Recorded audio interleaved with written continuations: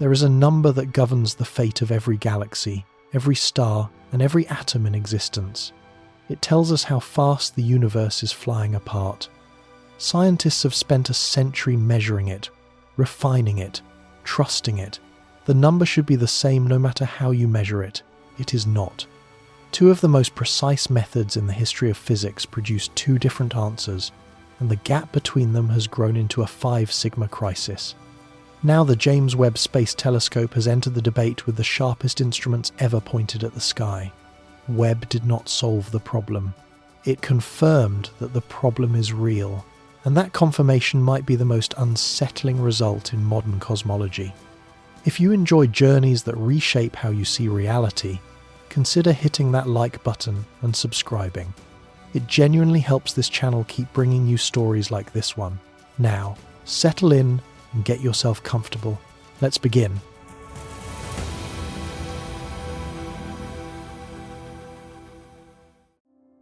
The universe is getting bigger.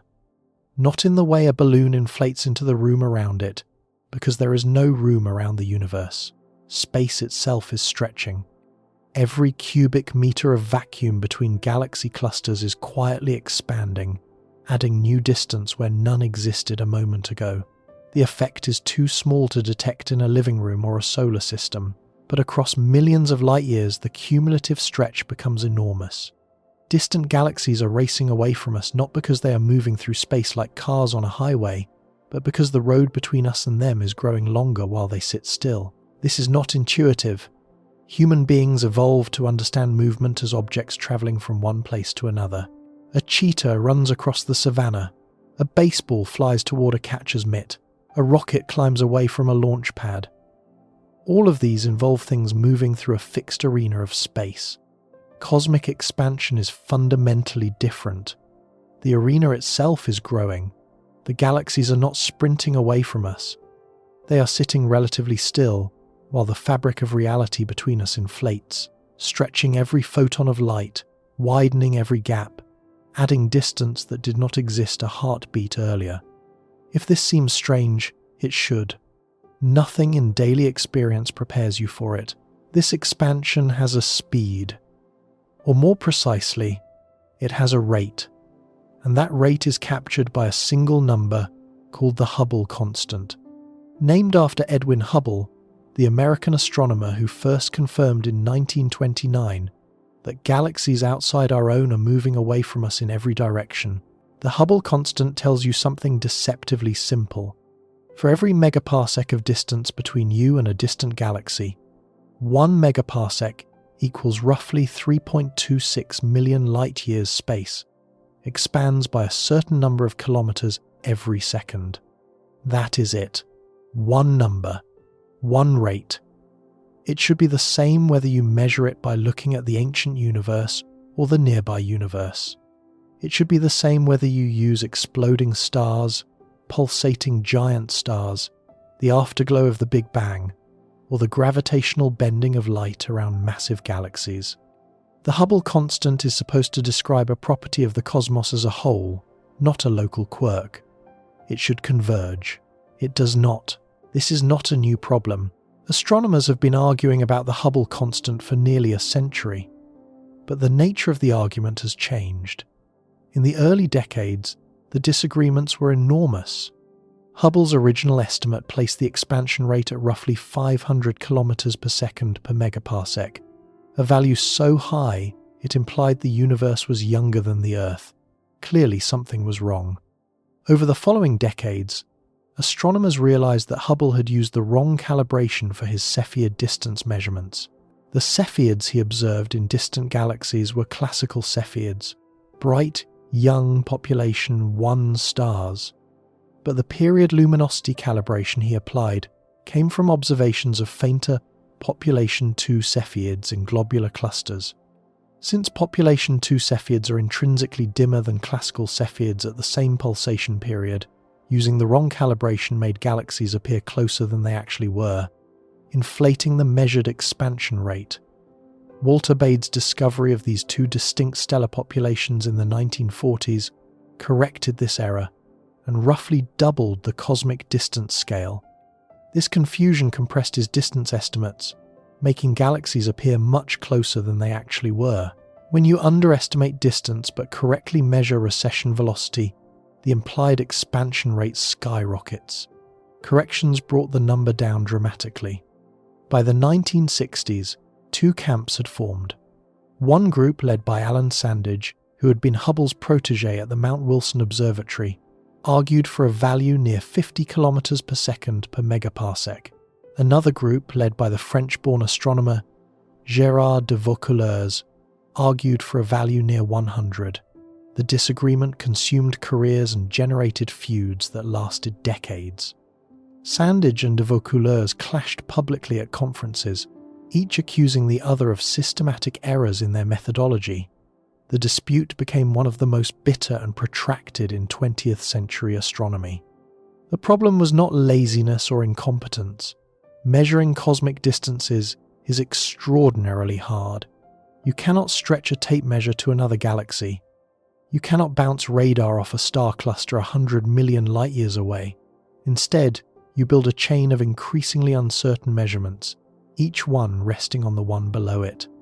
Measure the distance to nearby stars using parallax, the tiny shift in a star's apparent position as Earth orbits the Sun.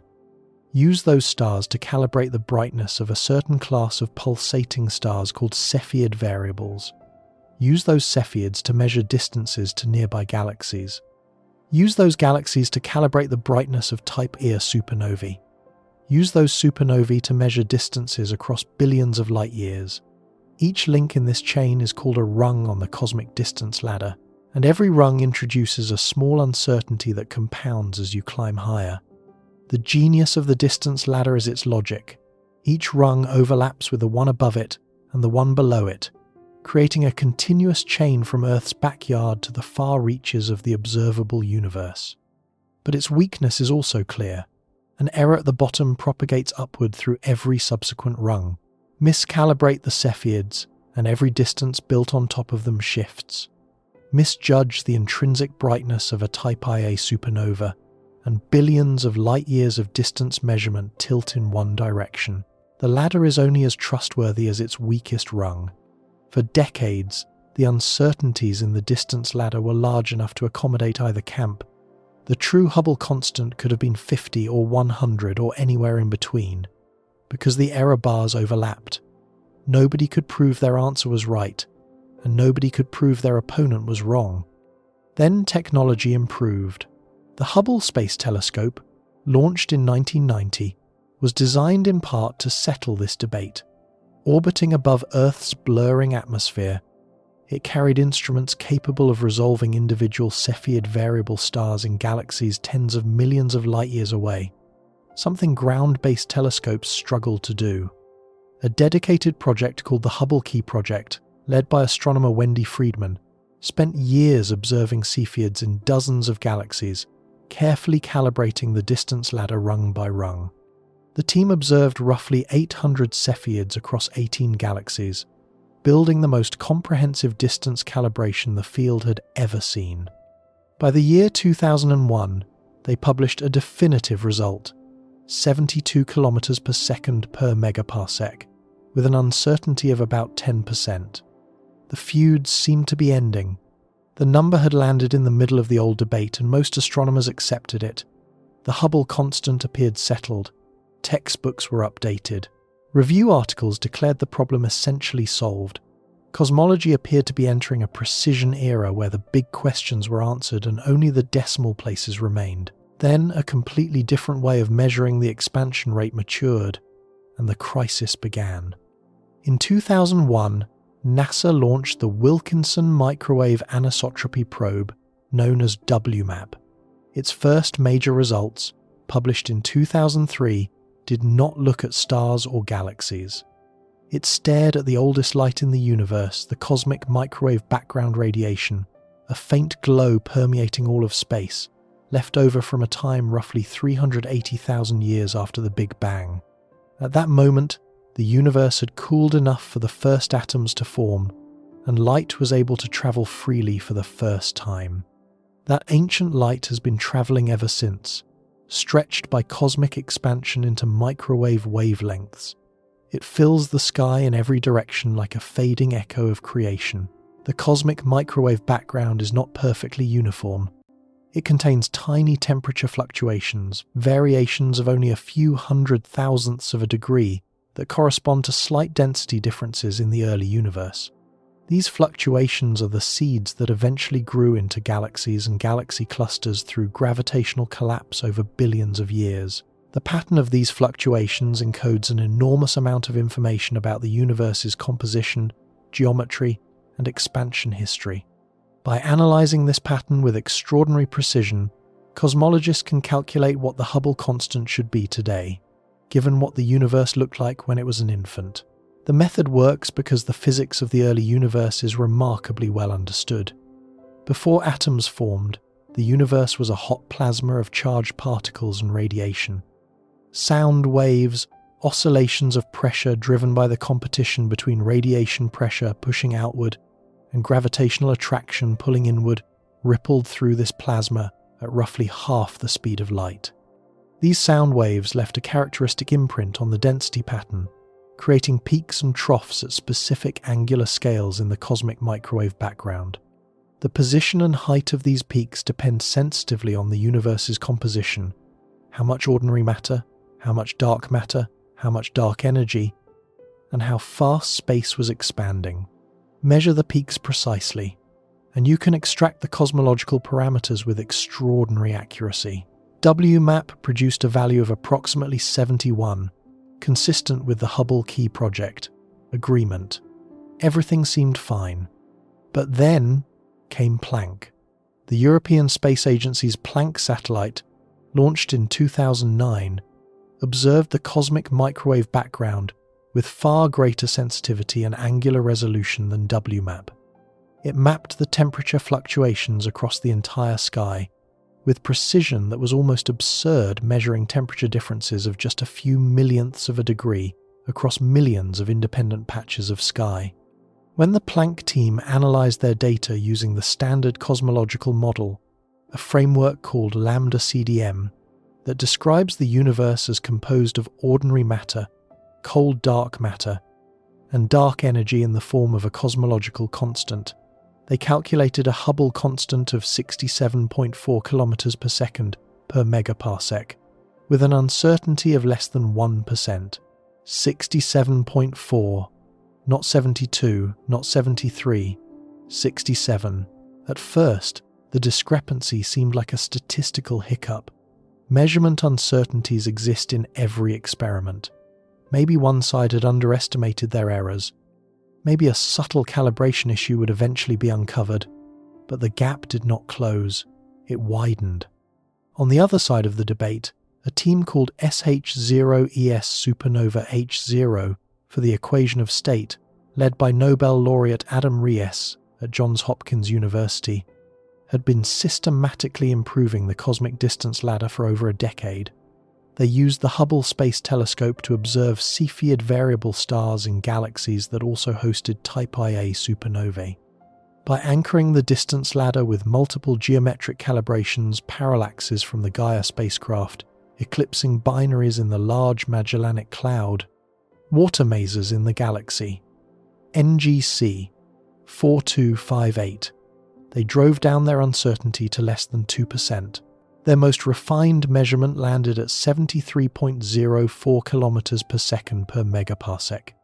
73 versus 67, a difference of roughly 9%. Both measurements were spectacularly precise.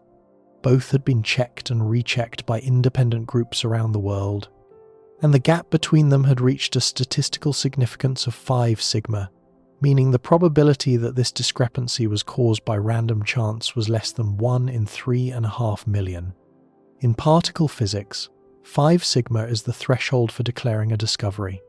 It is the standard that was used to announce the detection of the Higgs boson in 2012. In cosmology, reaching 5 sigma signaled something potentially far more consequential, a crack in the foundation of the standard model. This discrepancy earned a name: the Hubble tension. Not the Hubble disagreement or the Hubble inconsistency. Tension. because it pulls at the fabric of modern cosmology from two directions simultaneously. On one side, the early universe tells us the expansion rate should be 67. On the other, the nearby universe insists it is 73. Both cannot be right unless something in our understanding of the universe is missing, incomplete, or wrong. The tension is not about sloppy measurements. That is the part that unsettles cosmologists most deeply. If one measurement were clearly less reliable than the other, the community would simply wait for better data and move on. But both methods are grounded in well-understood physics. Both have been scrutinized by dozens of independent teams. Both have survived every systematic check that has been thrown at them. The data are excellent. The data disagree. This is the crisis. The Hubble constant should be constant. It should not depend on when in cosmic history you measure it or which method you use. The expansion rate derived from the infant universe and the expansion rate measured in the mature universe should converge on a single value because they describe the same physical reality. Yet they produce two answers separated by a gap too large to ignore and too persistent to explain away with known errors. What makes this especially maddening is that the standard model lambda CDM has been one of the most successful theoretical frameworks in the history of science. It accurately predicts the temperature fluctuations in the cosmic microwave background down to fractions of a percent. It explains the observed abundance of light elements, hydrogen, helium, deuterium, lithium forged in the first few minutes after the Big Bang through a process called primordial nucleosynthesis.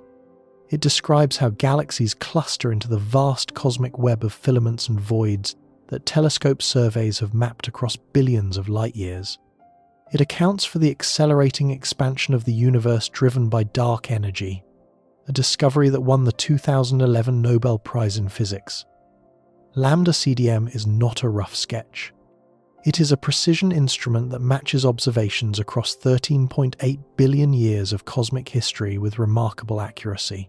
Except for this one number, the Hubble tension sits like a splinter in the framework, small enough to be dismissed by some, painful enough to demand attention from others, and persistent enough to suggest that something important might be hiding just beneath the surface of our most successful cosmological model. To understand why this matters, you need to appreciate what the Hubble constant actually controls. It is not just an abstract rate. It determines the age of the universe. A faster expansion rate means the universe reached its current size in less time, making it younger. A slower rate means it took longer, making it older. The Planck value of 67 implies the universe is approximately 13.8 billion years old. The SH0ES value of 73 implies the universe could be closer to 12.7 billion years old. That difference of roughly a billion years creates immediate conflicts with observations of the oldest stars, some of which appear to be nearly 13 billion years old based on stellar evolution models and white dwarf cooling sequences. Stars cannot be older than the universe that contains them. If the higher expansion rate applies globally, something in our understanding of stellar ages or cosmic chronology must give. The Hubble constant also affects our understanding of dark energy, the mysterious force driving cosmic acceleration. It influences calculations of the total matter density in the universe, the formation timeline of the first galaxies, and the predicted size of the sound horizon, the characteristic scale imprinted in the cosmic microwave background by sound waves in the early universe. Change the Hubble constant, and ripple effects cascade through every cosmological calculation. The size of the observable universe shifts. The predicted abundance of galaxy clusters at different epochs adjusts. The inferred properties of dark matter halos surrounding galaxies change. No parameter in cosmology is truly independent. They form an interconnected web, and tugging on one thread, the Hubble constant pulls on all the others. This is why the tension refuses to remain a quiet academic disagreement. It touches everything. And this is where the James Webb Space Telescope enters the story. Launched on December 25, 2021, from a European Space Agency launch site in French Guiana, Aboard an Ariane 5 rocket, Webb carried instruments designed to see the universe with a clarity and depth that no previous telescope could match. Its primary mirror, 6.5 meters across and composed of 18 hexagonal gold-coated beryllium segments, collects light with a sensitivity that dwarfs the Hubble Space Telescope. Positioned at the second Lagrange point roughly 1.5 million kilometers from Earth, shielded from solar radiation by a sunshade the size of a tennis court, Webb operates at temperatures close to minus 233 degrees Celsius. Its infrared instruments can peer through dust clouds that blind optical telescopes, resolve individual stars in distant galaxies with unprecedented sharpness, and detect faint objects at the edge of the observable universe. Webb was not built specifically to resolve the Hubble tension. Its mission encompasses everything from imaging the atmospheres of exoplanets to observing the first galaxies that formed after the Big Bang.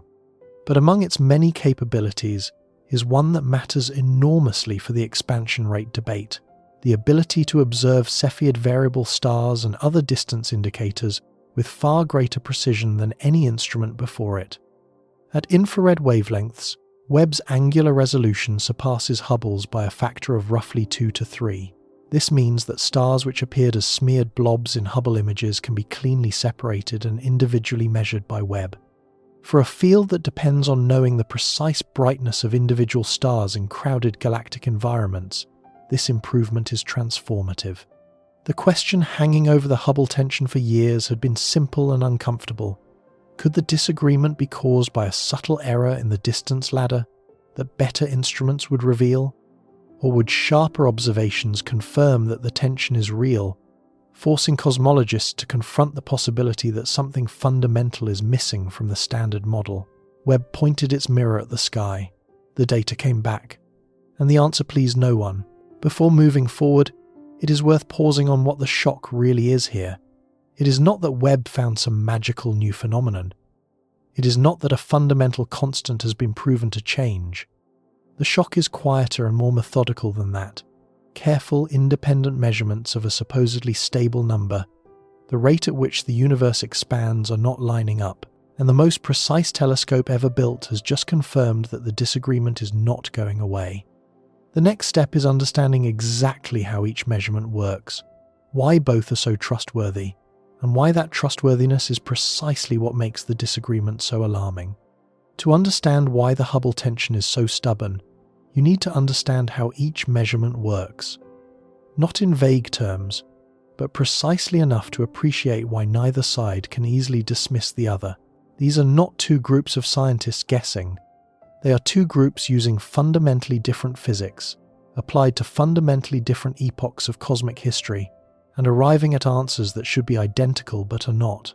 One group reads the baby picture of the universe and calculates what the expansion rate must be today. The other group walks outside, measures nearby galaxies directly, and records what the expansion rate actually is today. The methods share almost no assumptions, almost no instruments, and almost no sources of error. They are as independent as two measurements in cosmology can possibly be, and they disagree. Start with the cosmic microwave background method. This approach does not measure the expansion rate directly.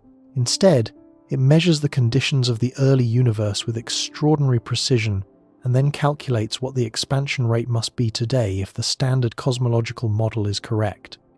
It is an inference, not a direct observation, but the inference rests on physics that has been tested and confirmed across multiple independent lines of evidence, which is why cosmologists trust it so deeply. Recall the cosmic microwave background, the ancient light released when atoms first formed roughly 380,000 years after the Big Bang. Part of the story was how that light was freed. Now the question is what it encodes, because the Planck satellite did not simply detect this radiation. It dissected it. It mapped temperature fluctuations across the entire sky with a sensitivity capable of detecting differences of a few millionths of a degree. The resulting map shows a pattern of hot and cold spots at various angular scales, some spanning several degrees of sky, others just fractions of a degree. These spots are not random noise.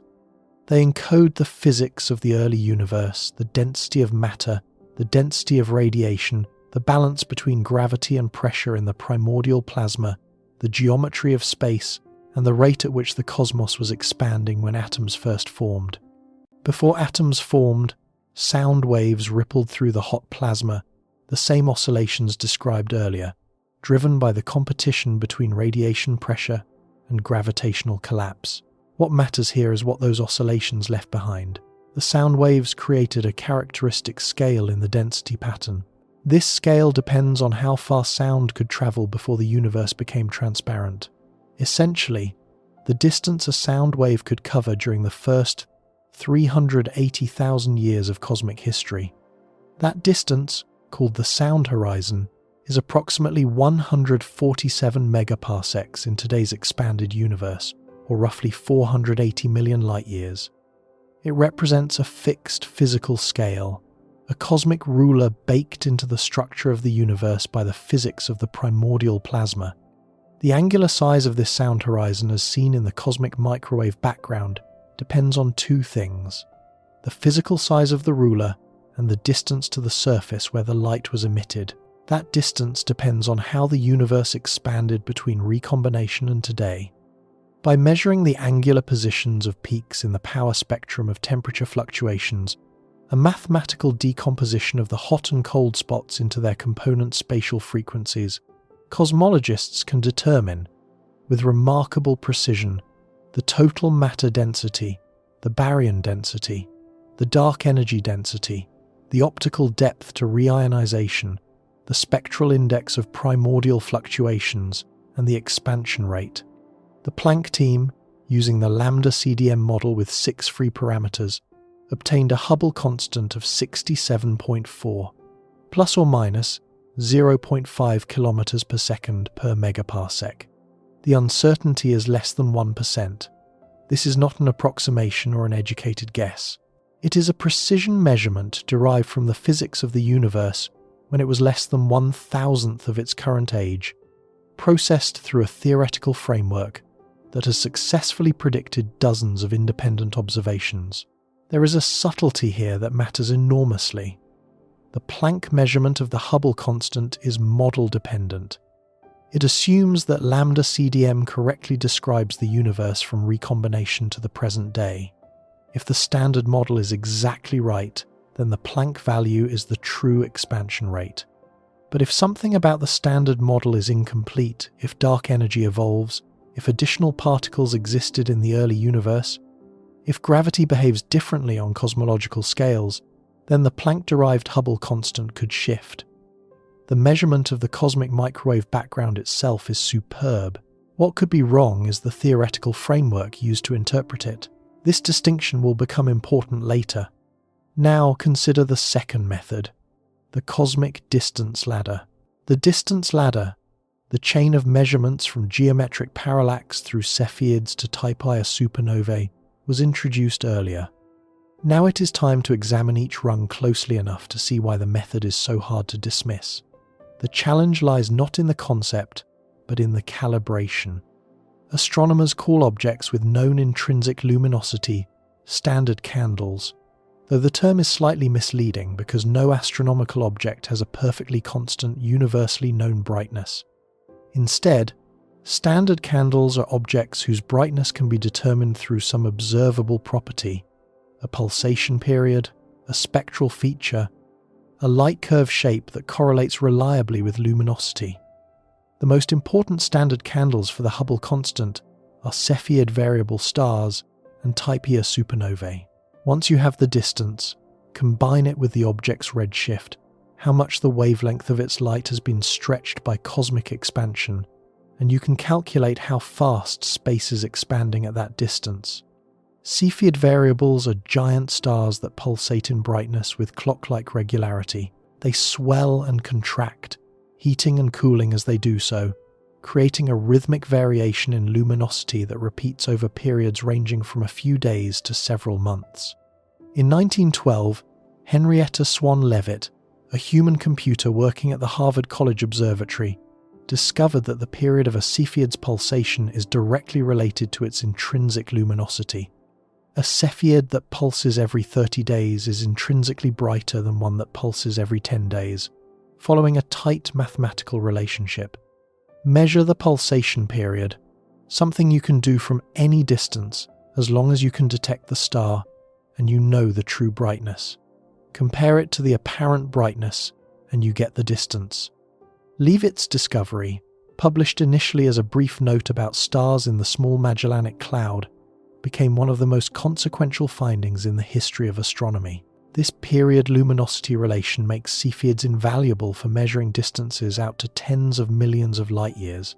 They are bright enough to be detected individually in galaxies well beyond our own, and their pulsation periods can be measured through repeated observations over weeks or months. But Cepheids are not bright enough to be seen across billions of light-years. Even the most luminous Cepheid would be too faint to detect at cosmological distances. For that, you need something far more luminous. Type Ia supernovae fill that role. These are thermonuclear explosions of white dwarf stars that reach a remarkably consistent peak brightness. A white dwarf is the dense, Earth-sized remnant of a dead star, composed primarily of carbon and oxygen. When a white dwarf in a binary system accumulates enough mass from its companion star to approach the Chandrasekhar limit, approximately 1.4 solar masses, or when two white dwarfs spiral together and merge, the result is the same. The white dwarf can no longer support itself against gravitational collapse. Carbon fusion ignites throughout the star in a runaway thermonuclear explosion that completely destroys the white dwarf.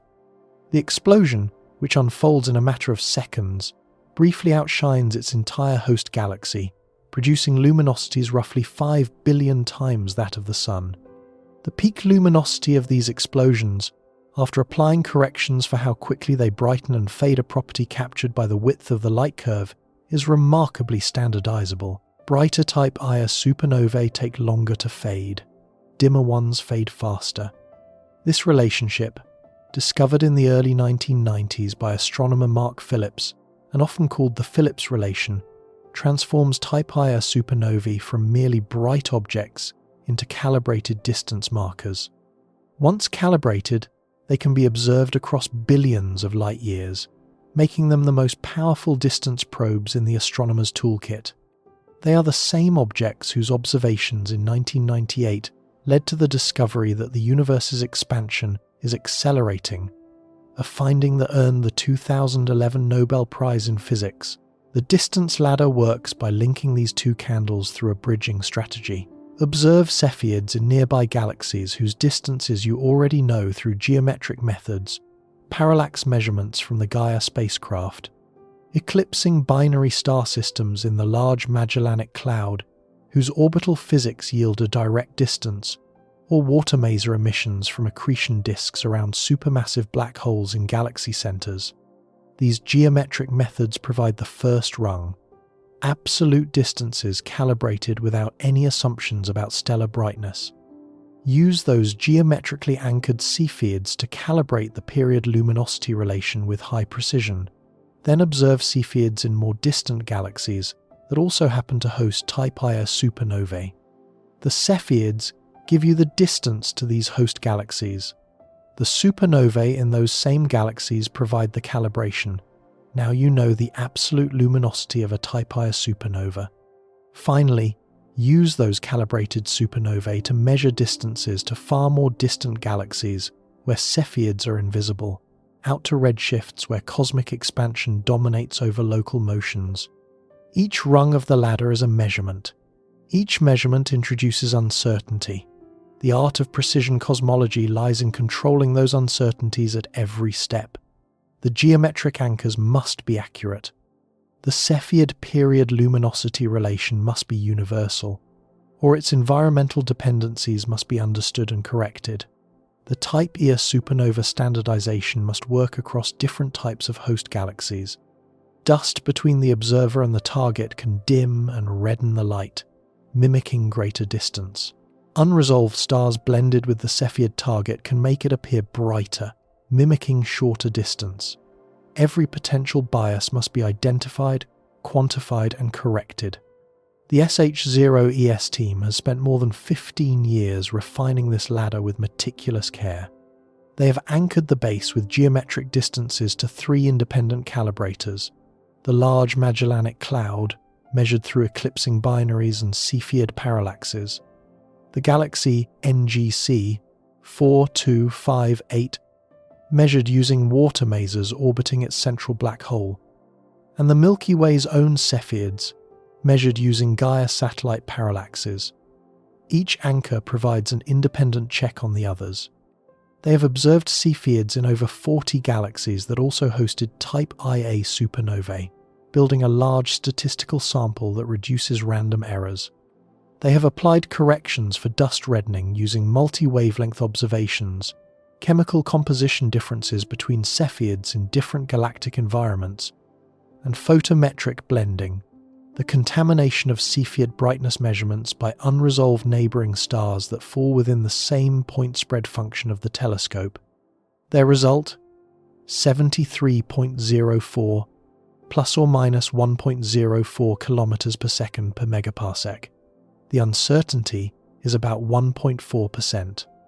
73 from the local universe, 67 from the ancient universe. A 6 km per second per megaparsec gap that neither team can explain away. Both teams have published extensive analyses of their error budgets. Both have invited outside scrutiny. Both have responded to criticisms with additional tests and cross-checks. The measurements have not converged, they have solidified. But the story does not stop with 2 methods. Several other independent techniques have weighed in over the past decade, and their results scatter across the tension rather than resolving it. Each method brings its own physics, its own assumptions, and its own sources of uncertainty. Together, they paint a picture that is more complex and more troubling than a simple 2-sided disagreement. The tip of the red giant branch method, known as TRGB, uses a different type of standard candle entirely. When low-mass stars similar to or slightly less massive than the Sun exhaust the hydrogen in their cores, they undergo dramatic structural changes. Their cores contract and heat up while their outer envelopes expand enormously, turning them into red giants. As a red giant evolves, it ascends the red giant branch on the Hertzsprung-Russell diagram, growing progressively more luminous as its core temperature rises. Eventually, the core reaches approximately 100 million degrees Kelvin, hot enough for helium to begin fusing into carbon through the triple alpha process. This ignition happens suddenly and violently, a thermonuclear runaway called the helium flash. The helium flash occurs at a nearly uniform luminosity regardless of the star's chemical composition or initial mass. The tip of the red giant branch, the maximum brightness a star reaches just before the helium flash, serves as a standard candle. Identify the brightest red giants in a galaxy's halo, measure their apparent brightness at the tip, and you have a distance. The physics behind this uniformity is well understood. The helium flash is triggered by a specific core temperature threshold, which translates to a specific luminosity. The TRGB method has practical advantages over Cepheids. Red giant branch-tip stars are found in the halos of galaxies, the diffuse outer regions where stellar crowding is less severe and dust contamination is lower. They do not require time series observations because you are measuring a single brightness threshold, not a pulsation period. They are old, evolved stars found in virtually every galaxy, providing broad applicability. Some TRGB measurements have produced Hubble constant values around 69 to 70, intriguingly positioned between the Planck and CH0ES values, as though the universe were splitting the difference. Others have yielded values closer to 72 or 73, depending on the calibration sample and the color corrections applied. The disagreement among TRGB analyses themselves stems from differences in how the tip luminosity is calibrated, which anchor galaxies are used, how extinction corrections are applied, and how the tip is identified in color magnitude diagrams that can be noisy and ambiguous. The TRGB has not settled the tension. It has added a third voice to the conversation, one that sometimes whispers compromise and sometimes shouts in agreement with the distance ladder. Baryon acoustic oscillations provide yet another approach, one that is conceptually elegant and largely independent of both stellar candles and the cosmic microwave background. These are the fossilized imprints of the same sound waves that created the peaks in the cosmic microwave background. After atoms formed and the sound waves froze, the characteristic scale, the sound horizon, remained permanently embedded in the distribution of matter. The slight overdensity at the sound horizon scale survived gravitational evolution and persists today in the clustering pattern of galaxies. Think about what this means in physical terms. The same sound waves that created the peaks in the cosmic microwave background had a spatial consequence that persists today.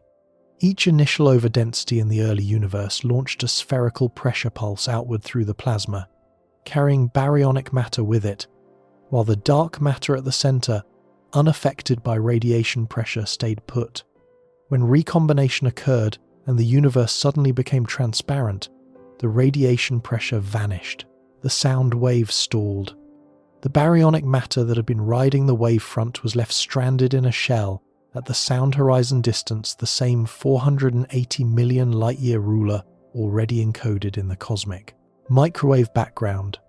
The result was two concentrations of matter, one at the original center where the dark matter remained, and one in a shell at the sound horizon distance where the baryonic matter had been deposited by the frozen wave. The result was two concentrations of matter, one at the original center where the dark matter remained, and one in a shell at the sound horizon distance where the baryonic matter had been deposited by the frozen wave. Over the next 13 billion years, gravity amplified both concentrations. Galaxies formed preferentially at the original centers and along the shells. The result, imprinted across the entire observable universe from billions of independent initial overdensities, is a subtle but unmistakable statistical preference. Galaxies are slightly more likely to be separated by roughly 480 million light-years than by other distances.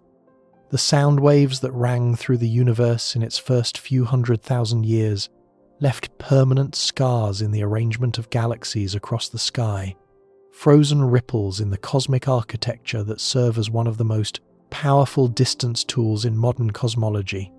Measuring this preferred separation in galaxy surveys at different redshifts gives a standard ruler, not a standard candle, but a known physical length that can be compared across cosmic epochs. The ruler does not depend on understanding stellar physics. It depends on understanding plasma physics in the early universe, which is well constrained by the cosmic microwave background itself. By measuring the apparent angular size and redshift space length of this ruler at different distances, astronomers can map the expansion history of the universe across billions of years, tracing how the expansion rate changed as matter diluted and dark energy rose to dominance. Baryon acoustic oscillation measurements from surveys like the Sloan Digital Sky Survey and the more recent Dark Energy Spectroscopic Instrument tend to produce Hubble constant values more consistent with Planck in the range of 67 to 68, though with larger individual uncertainties than either Planck or SH0ES. This is perhaps not surprising, since baryon acoustic oscillations rely on the same sound horizon calibration as the cosmic microwave background analysis. If the sound horizon is correct, baryon acoustic oscillations and Planck should agree. If something about the early universe changed the sound horizon from its expected value, if new physics shrank the ruler before it was frozen, then both methods would be affected in the same direction, both underestimating the true Hubble constant by the same amount. This correlated vulnerability is important. Baryon acoustic oscillations and the cosmic microwave background are not fully independent tests of the expansion rate. They share a common foundation, and if that foundation is slightly wrong, they would be wrong together. Gravitational lensing time delays offer yet another independent check, one rooted in general relativity rather than stellar physics or plasma dynamics. The concept is almost cinematic in its strangeness. When a massive galaxy or galaxy cluster lies along the line of sight to a distant quasar, one of the brightest persistent objects in the universe, powered by a supermassive black hole, consuming matter at a prodigious rate, The gravitational field bends light along multiple paths, creating multiple images of the same quasar arranged in arcs, crosses, or rings around the lensing mass. Each image corresponds to a light path that traverses a slightly different route through the curved spacetime around the lens. One path might arc above the lensing galaxy, another curves below it, a third might thread through a gap in the mass distribution.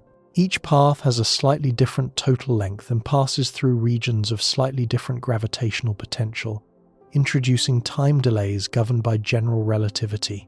When the quasar varies in brightness, as quasars frequently do, flickering unpredictably as clumps of gas spiral into their central black holes and release bursts of radiation, the variation appears in each image at a slightly different time. One image brightens on a Monday, another shows the same brightening event on a Thursday, a third catches up the following week. By monitoring all images simultaneously over months or years, astronomers can measure these time delays with precision of a day or better. The delays, combined with a detailed model of the lensing galaxy's mass distribution, yield a quantity called the time delay distance, a combination of angular diameter distances between observer, lens, and source that is directly and geometrically sensitive to the Hubble constant. The technique converts a time measurement into a distance measurement, using gravity as the intermediary, bypassing stars, supernovae, and the cosmic microwave background entirely. The H0 LICAO and TD-COSMO collaborations have used this technique on several lensed quasar systems, carefully modelling the lens mass distributions using high-resolution imaging from the Hubble Space Telescope, spectroscopic data from ground-based telescopes, and dynamical measurements of stellar motions within the lensing galaxy. Their early results, based on 6 lensed quasars, favoured values around 73, consistent with the distance ladder. However, the accuracy of this method depends critically on the assumed mass profile of the lensing galaxy. The total mass enclosed within a given radius determines how much the light is bent and delayed. If the mass profile is assumed to follow a simple power law distribution density, decreasing smoothly from centre to edge, the resulting Hubble constant is well constrained. But when the TD-COSMO team relaxed this assumption, allowing for more complex internal structures such as a distinct stellar core embedded in a broader dark matter halo, or accounting for additional mass concentrations along the line of sight from foreground and background galaxy groups that contribute their own lensing effects, the uncertainties expanded significantly enough to be consistent with either camp. The gravitational lensing method remains one of the most promising avenues for an independent resolution, particularly as Webb and future 30-meter class ground telescopes improve the lens modelling, but it has not yet achieved the precision needed to break the deadlock. Surface brightness fluctuation methods, which measure the graininess of unresolved starlight in elliptical galaxies as a distance indicator, have contributed measurements consistent with the higher end of the tension. Megamaser cosmology, using the geometric distances to water masers orbiting supermassive black holes, has provided anchor distances for the distance ladder. Gravitational wave standard sirens, measuring the distance to neutron star mergers independently through gravitational wave amplitude, represent perhaps the most exciting emerging technique. When 2 neutron stars spiral inward and collide, the gravitational waves they emit carry information about their distance that is completely independent of any electromagnetic observation. The amplitude of the gravitational wave signal encodes the luminosity distance directly.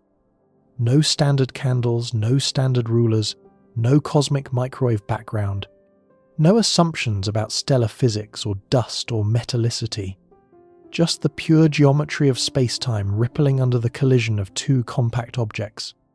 The first standard siren measurement, from the binary neutron star merger GW 170817 detected in 2017, produced a Hubble constant of roughly 70, with uncertainties too large to distinguish between camps. But as gravitational wave detectors improve in sensitivity and accumulate dozens or hundreds of events over the coming decade, standard sirens may ultimately deliver the cleanest measurement of the Hubble constant that science can produce one that owes nothing to any other method and shares no systematic vulnerabilities with any existing technique. The picture that emerges from this constellation of methods is not one of two measurements disagreeing, while everything else agrees with one side. It is a landscape of measurements that scatter across the tension, clustering loosely around either the high end or the low end, with none providing a decisive resolution, and the clustering follows a pattern that demands attention. This is what makes the Hubble tension so difficult. If there were a single outlier measurement contradicting everything else, the community would focus on finding the error in that outlier. But the tension is structural. Methods that rely on early universe physics, the cosmic microwave background, baryon acoustic oscillations consistently favor the lower value around 67. Methods that measure the expansion rate directly in the nearby universe, Cepheids, supernovae, gravitational lensing, surface brightness fluctuations consistently favor the higher value around 73. The division follows a pattern. Early universe methods land low, late universe methods land high, and patterns demand explanation. Some researchers have proposed that the disagreement is not about the expansion rate at all. Perhaps the early universe methods are correct about conditions at recombination, and the late universe methods are correct about local expansion. But something happened between these two epochs that changed the effective expansion rate. If the universe underwent a brief period of additional acceleration in its early history, caused by a component of energy that was active before or during recombination, but faded away well before the present, it could shrink. The sound horizon, shifting the Planck-inferred Hubble constant upward without disrupting the cosmic microwave background, fit in other ways. This is the essence of early dark energy proposals, which have attracted significant theoretical attention. Others have suggested that the late universe measurements are subtly contaminated by our local environment. If the Milky Way sits inside a large underdense region of space, a cosmic void where the local matter density is lower than the cosmic average, then galaxies within this region would experience less gravitational deceleration and would appear to recede faster than the cosmic average. This would inflate the locally measured Hubble constant, making it higher than the true global value. This hypothesis, sometimes called the local void explanation, has been studied extensively using galaxy surveys and peculiar velocity measurements. While there is evidence for a modest local underdensity, most analyses suggest it is not large enough or deep enough to fully account for the 6 km per second per megaparsec gap. It might contribute a kilometre or two, but not 6. Still others have examined the possibility that the standard model itself needs modification in ways that affect the relationship between early universe observables and the present-day expansion rate. Perhaps dark energy is not a cosmological constant, but a dynamical field whose equation of state evolves over time. Perhaps additional species of neutrinos or other light particles existed in the early universe, increasing the radiation energy density and altering the expansion rate before recombination. Perhaps gravity behaves differently on cosmological scales than general relativity predicts, changing the relationship between the geometry of the cosmic microwave background and the expansion rate today. Each proposal has consequences that extend far beyond the Hubble constant. Each introduces new parameters into the cosmological model. Each must be tested not only against the Hubble tension, but against every other cosmological observation simultaneously. The cosmic microwave background power spectrum, the abundance of light elements, the growth rate of cosmic structure, the clustering of galaxies, the properties of the cosmic web. Any solution that fixes the Hubble constant but breaks something else is not a solution. It is a trade, and each proposal needed better data to test. That is where the James Webb Space Telescope came in. Not as a theoretical arbiter, not as a discoverer of new physics, but as a measuring instrument of unprecedented precision, capable of testing whether the distance ladder's lowest rungs, the rungs most vulnerable to systematic error, had been built correctly. If Webb could confirm or deny the Cepheid-based distances with sharper instruments and cleaner photometry, it would either validate the high local value or reveal an error that had been hiding in the data for years. The stakes were clear. If Webb found that Cepheid measurements from the Hubble Space Telescope were contaminated by blending, dust, or calibration issues, the tension might dissolve. The local Hubble constant would drop closer to 67, the standard model would be vindicated, and cosmologists could sleep soundly. But if Webb confirmed the Hubble Space Telescope measurements, if sharper images produced the same distances and the same expansion rate, then the systematic error escape hatch would close. The tension would harden from a possible measurement problem into a probable physics problem. Before we move on, re-anchor on the core point. The shock here is not a dramatic headline. It is that the most carefully measured quantity in observational cosmology, the expansion rate of the universe, gives different answers depending on how you measure it. The early universe says 67. The nearby universe says 73. Multiple independent methods line up on each side. The tension is not between sloppy estimates. It is between some of the most precise measurements in the history of science. And the next chapter shows what happened when the sharpest telescope ever built looked directly at the problem. The James Webb Space Telescope did not enter the Hubble tension debate with a theory. It entered with a mirror and the sharpest infrared vision ever deployed beyond Earth's atmosphere. Webb was not designed as a cosmological referee. Its mission portfolio spans everything from sniffing the atmospheres of rocky exoplanets to capturing the faint light of galaxies that formed when the universe was barely 200 million years old. But among its capabilities is one that became immediately relevant to the most uncomfortable problem in modern cosmology: the ability to cleanly separate individual stars in distant, crowded galaxies where every previous observatory saw only smeared light. Webb's primary advantage for the expansion rate debate was not its size alone, but its infrared sensitivity combined with angular resolution. Those two capabilities, working in tandem, addressed specific vulnerabilities in the cosmic distance ladder that had haunted Cepheid measurements for decades. To understand why this matters, you need to understand a problem that sounds mundane but carries enormous cosmological consequences. That problem is crowding. Here is the situation Webb was built to resolve. When the Hubble Space Telescope observed Cepheid variable stars in distant galaxies, the galaxies that also hosted Type Ia supernovae, the critical overlap zone, where the distance ladder connects its second and third rungs, it observed them primarily in optical and near-infrared wavelengths. Cepheids are bright stars, but they do not exist in isolation. They live in galaxies teeming with millions of other stars. In the disk of a spiral galaxy, where star formation is active, the stellar density can be extraordinary. Thousands of stars may crowd into a region that a telescope sees as a single smeared point of light. At optical wavelengths, the Hubble Space Telescope's resolution, roughly 65 milliarc seconds in its best filters, was good enough to identify Cepheids in relatively nearby galaxies. But as the distance increased to 20, 30, 40 megaparsecs and beyond, the angular separation between stars shrank below Hubble's ability to distinguish them. Individual Cepheids began to blend with their neighbours. This blending created a contamination problem that was subtle but insidious. Nearby stars, unresolved by Hubble's optics, contributed extra light to the Cepheid measurement. This made the Cepheid appear slightly brighter than it actually was.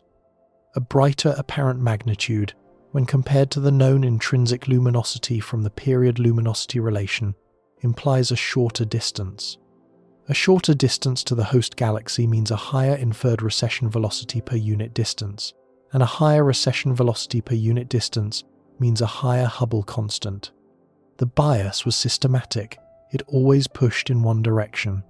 Blending always adds light. It never subtracts it. And added light always makes the target appear closer than it really is. Blending had always been a concern within the SH0ES collaboration.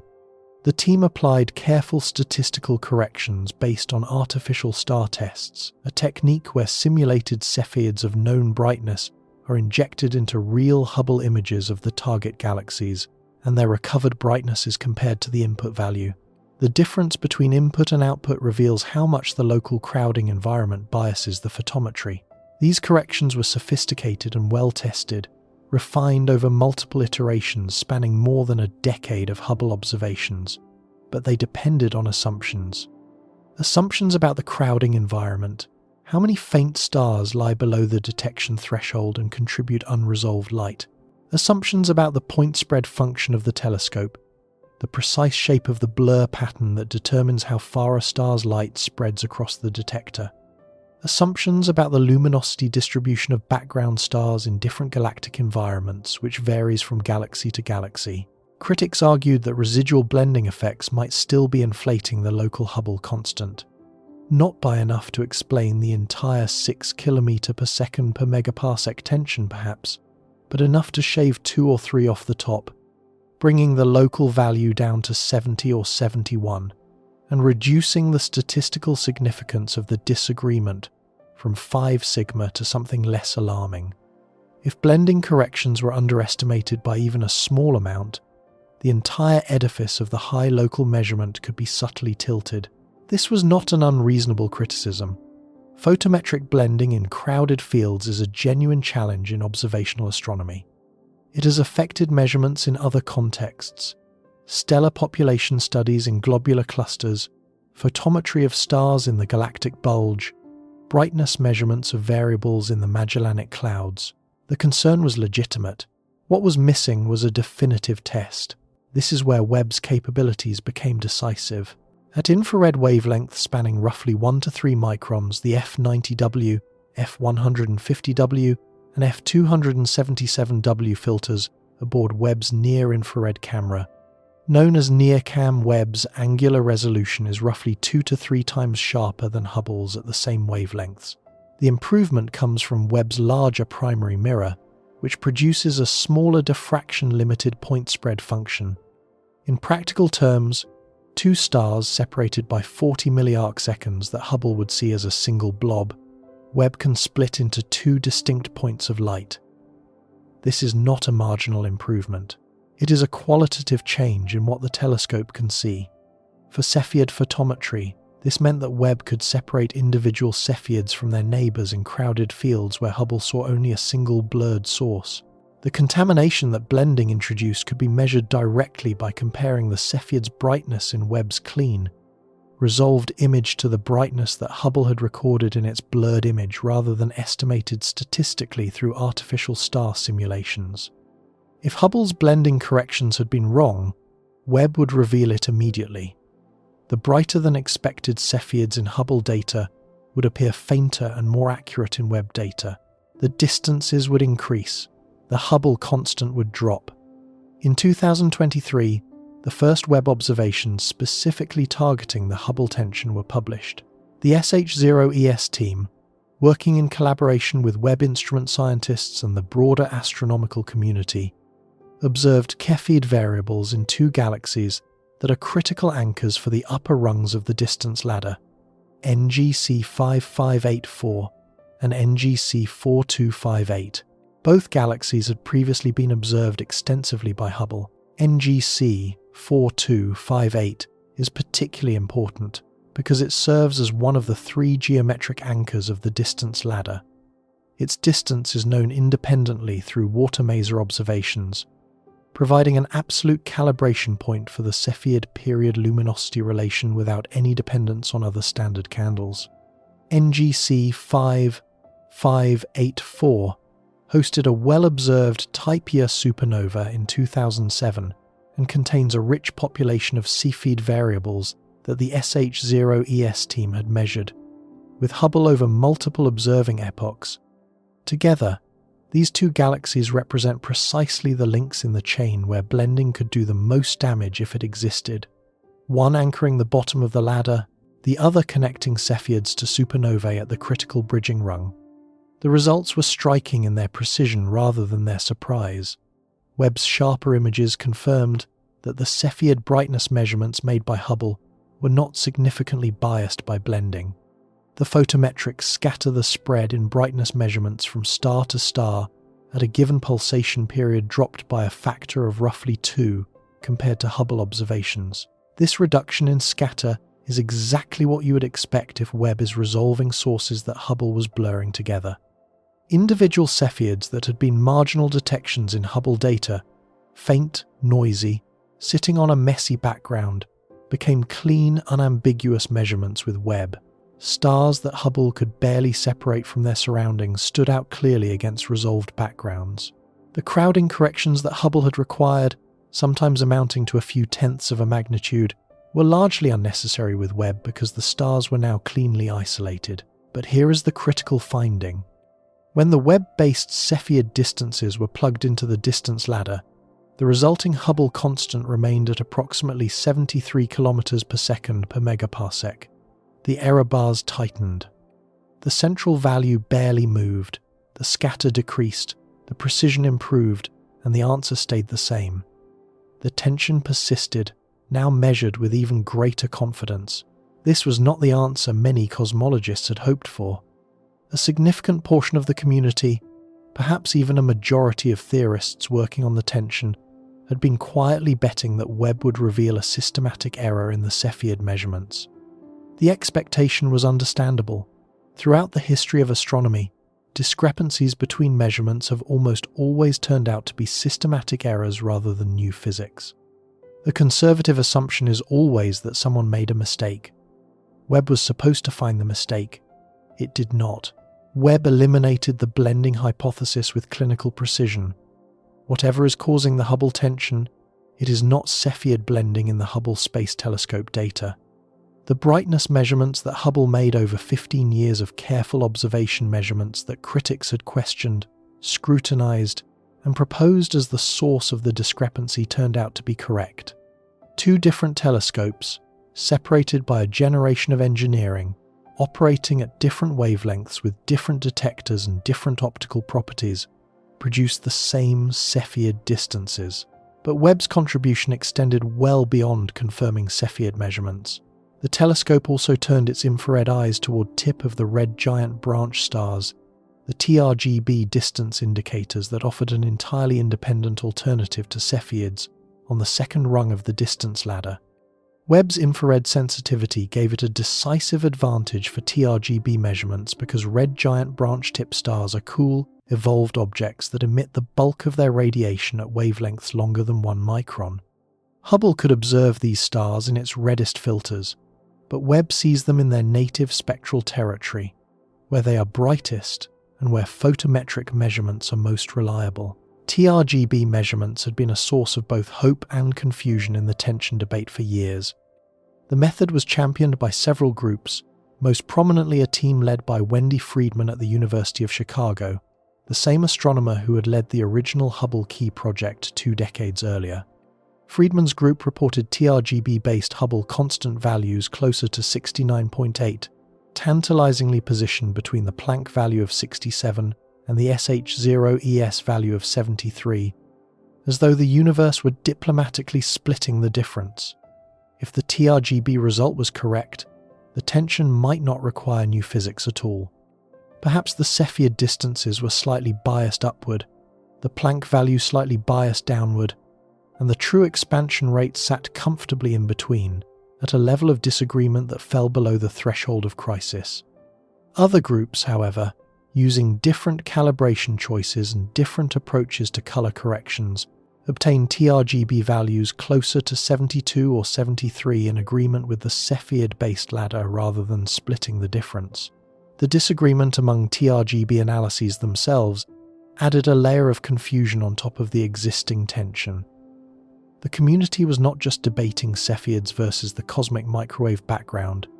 It was debating Cepheids versus TRGB versus the cosmic microwave background, with the TRGB results depending sensitively on choices that different groups made differently. The discrepancy between TRGB analyses largely came down to technical choices in how to calibrate the tip luminosity and how to correct for the effects of stellar metallicity, the abundance of elements heavier than helium in the stars, being measured. The TRGB luminosity is remarkably uniform, but it is not perfectly so. Stars with higher metallicity have slightly different opacities in their outer envelopes, which shifts their color and, depending on the photometric band used for measurement, can subtly affect the apparent brightness of the tip.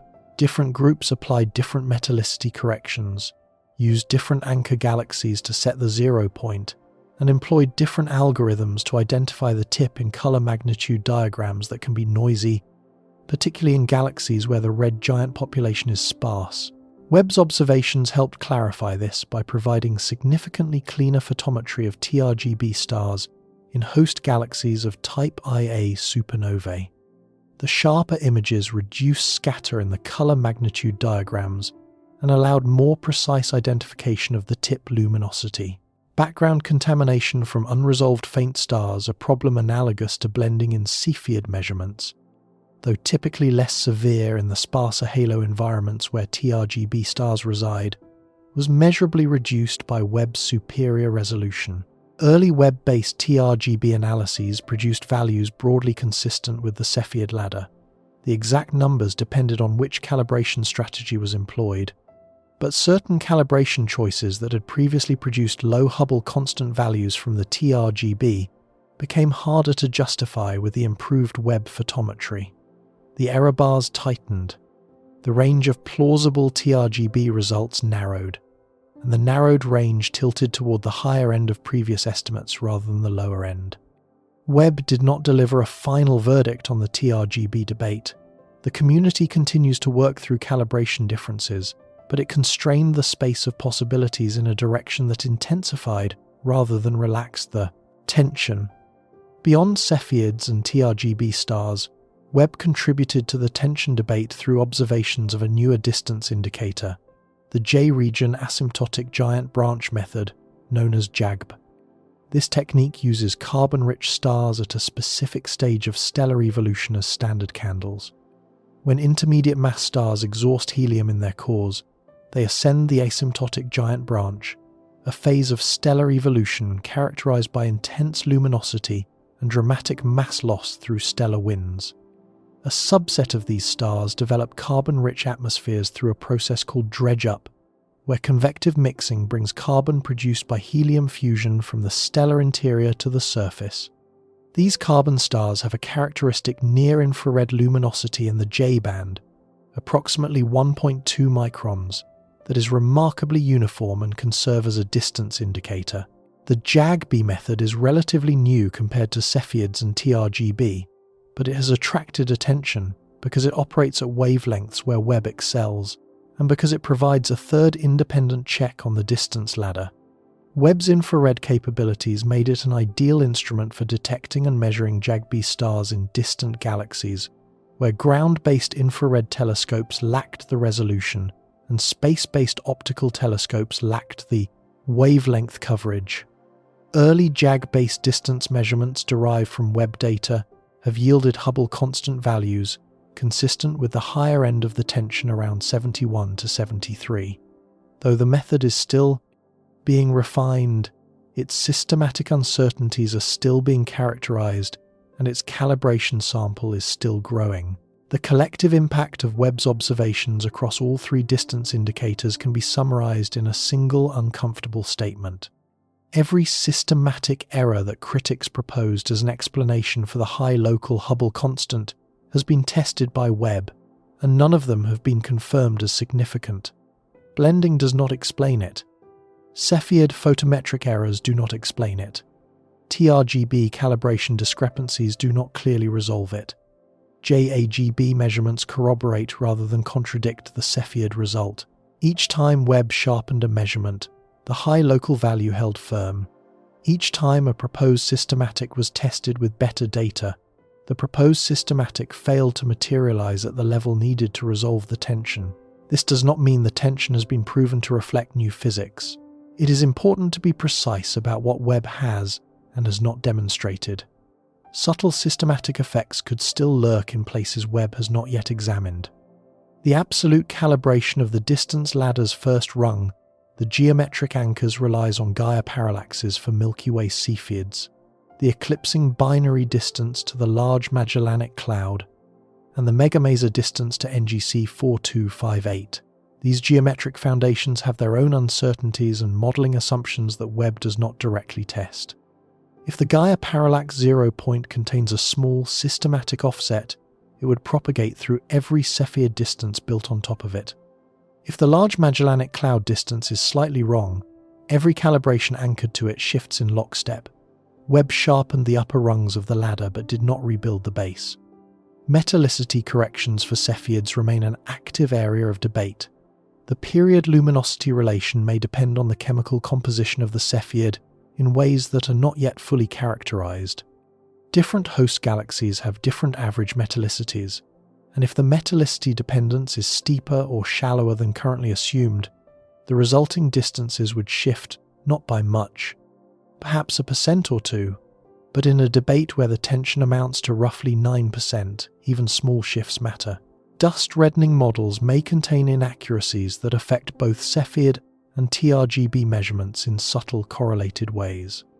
If the properties of interstellar dust, grain size, distribution, composition, wavelength-dependent extinction vary from galaxy to galaxy more than current models assume, the distance corrections could harbor biases that Webb's resolution improvement alone cannot reveal. But the space of plausible systematic explanations has narrowed significantly since Webb began observing. Before Webb, it was scientifically reasonable to hypothesize that the high Hubble constant from the distance ladder was an artifact of Hubble Space Telescope limitations blending in crowded fields, photometric artifacts from an aging detector, insufficient resolution to cleanly separate Cepheids from their environments.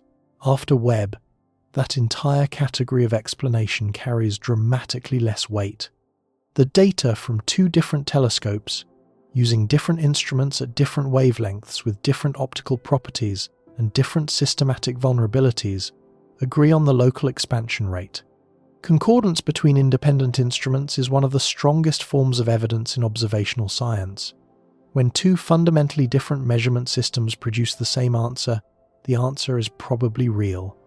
This tightening of systematics is actually what makes Webb's contribution so important and so deeply unsettling for the field. Webb did not discover a new particle. It did not detect an unexpected signal from the edge of the universe. It did not produce a headline-grabbing image that rewrote cosmological models overnight. It did something far more methodical and, in some ways, far more consequential. It confirmed that one side of the Hubble tension is not making an obvious mistake, and by doing so, it shifted the burden of explanation from the observers to the theorists. If the late universe measurements are correct, and free of significant systematic bias, then either the early universe measurements are wrong, which would require errors in the Planck satellite data, or fundamental flaws in the lambda CDM model used to interpret them, or the standard model of cosmology is genuinely incomplete. Since the Planck data have been scrutinized exhaustively by multiple independent teams around the world, reanalyzed with different pipelines and different foreground models, and found to be internally consistent and robust, the implication tilts increasingly toward incompleteness in the theoretical framework rather than error in the observations. Webb also contributed to the broader cosmological conversation through its deep field observations of galaxies at high redshifts. Observations that were not designed to address the Hubble tension but that generated findings with indirect relevance. Several studies using Webb data reported finding massive, structurally mature galaxies at cosmic times earlier than the standard model comfortably predicted. Initial estimates suggested galaxies with stellar masses exceeding 10 billion solar masses had appeared at redshifts of 7, 8, even 10, corresponding to times when the universe was only a few 100 million years old. Some of these mass estimates have since been revised downward as photometric analyses improved, but several cases have held up under scrutiny, and the broad pattern of unexpectedly early massive galaxies remains. Standard galaxy formation models, calibrated to lambda CDM expansion history, struggle to produce such massive objects so quickly. Stars need time to form, gas needs time to collapse, galaxies need time to assemble through mergers and accretion. While these observations do not directly measure the Hubble constant, they add to a growing body of evidence that the early universe may have been different from what lambda CDM assumes in certain details. If galaxies formed faster or more efficiently than expected, perhaps because the early expansion rate was slightly different, or because the physics of gas cooling and star formation operated under conditions not fully captured by current models, It could hint at modifications to early universe physics that would also affect the predicted expansion rate derived from the cosmic microwave background. Webb's observing programs targeting the Hubble tension are ongoing and expanding. Additional Cepheid observations in more supernova host galaxies will continue to reduce statistical uncertainties and test whether the current result holds as the sample size grows. Deeper TRGB and JGB measurements in more galaxies will test whether all three distance indicators converge on the same distance is a critical consistency check. Cross-comparisons between methods applied to the same galaxies will tighten the web of mutual validation that supports or undermines each rung of the distance ladder. The telescope also opens new opportunities for entirely independent distance measurements that bypass the traditional distance ladder altogether. Webb can observe gravitational lensing systems with improved precision, potentially resolving ambiguities in the lens-galaxy mass models that have limited the accuracy of time delay cosmography. It can study surface brightness fluctuations, the pixel-to-pixel variations in the smoothness of galaxy light caused by the statistical distribution of unresolved stars at distances previously inaccessible, providing additional cross-checks on the distance scale. It can characterize the environments of Type Ia supernovae in greater detail, testing whether the supernova standardization depends on host galaxy properties in ways that current corrections miss. Each of these programs adds a thread to a fabric of evidence that will eventually either reveal the source of the tension or confirm that it is a genuine feature of the universe demanding new theoretical explanation. Webb is not the only instrument contributing the dark energy. Spectroscopic instrument is mapping baryon acoustic oscillations with unprecedented precision. The Vera Rubin Observatory will discover tens of thousands of new Type Ia supernovae each year across its decade-long survey, and gravitational wave detectors will accumulate more standard siren measurements from neutron star mergers. But Webb occupies a unique position in this ecosystem because it directly addresses the question that loomed largest over the tension. Are the local measurements right? The answer, as far as Webb can determine, is yes. What Webb has done so far is best understood not as a resolution but as an escalation. The Hubble tension is no longer a problem that might disappear with better data. It is a problem that better data have confirmed and sharpened. The question is no longer whether the measurements disagree. The question is what the disagreement means. And the range of answers to that question spans everything from residual systematic effects hiding in the geometric anchors of the distance ladder to genuinely new physics operating in the early universe that our current models fail to describe. Before moving forward, re-anchor on the core point one final time. The shock is not that Webb discovered something dramatic. The shock is that the most precise infrared telescope in the history of human civilization looked at the measurements at the heart of the Hubble tension, sharpened them with instruments a generation beyond anything that came before, eliminated proposed systematic errors that had been offered as escape hatches for over a decade, and found that the disagreement is still there, unchanged, undiminished, staring back at us with sharper resolution than ever. A supposedly stable number, the expansion rate of the universe continues to give different answers depending on when in cosmic history you measure it. And now the instruments are precise enough that the discrepancy demands an explanation that goes deeper than measurement error. The next chapter explores what those explanations might be, what each one would cost us in terms of established physics, and why the most unsettling possibility of all is not revolution but refinement.